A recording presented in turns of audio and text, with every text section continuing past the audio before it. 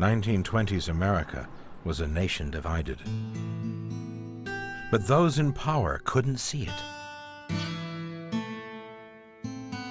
At his inauguration in 1929, the incoming president, Herbert Hoover, summed up the mood of complacency, declaring, "We are a happy people.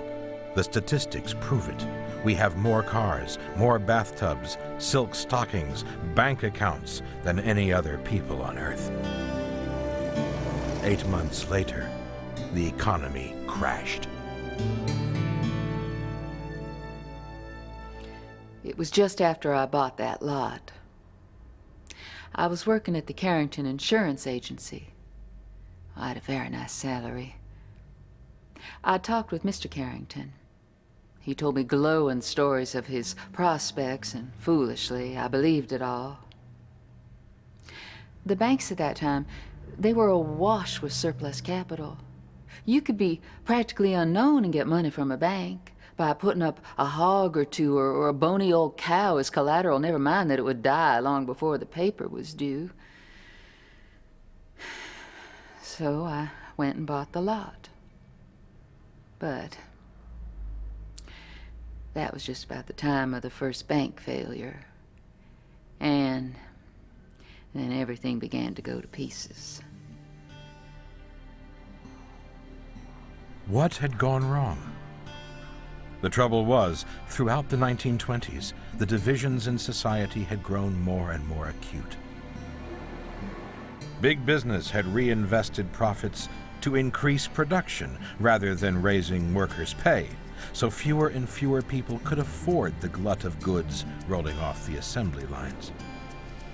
If big business had cut prices, maybe the boom times would have continued. Instead, they advertised credit plans.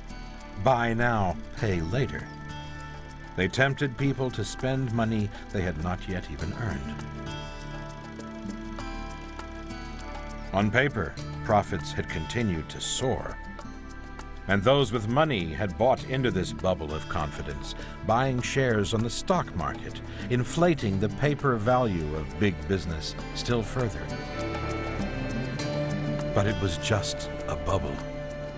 And when it burst, investors lost billions.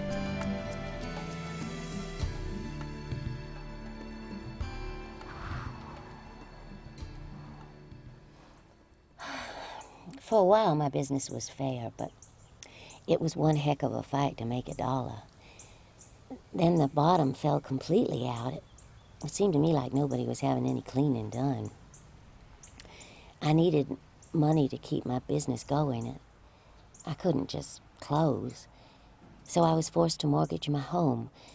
Oh, but let me tell you, don't you ever do that. It's better to sell outright. That cursed mortgage has really kept me awake nights. Almost every night I see $3,500 and interest in my sleep. Don't mortgage anything. It's better to give it away if necessary for your peace of mind. The first bank to fail near us, it just had to be the Exchange Bank, the one where I had my money deposited.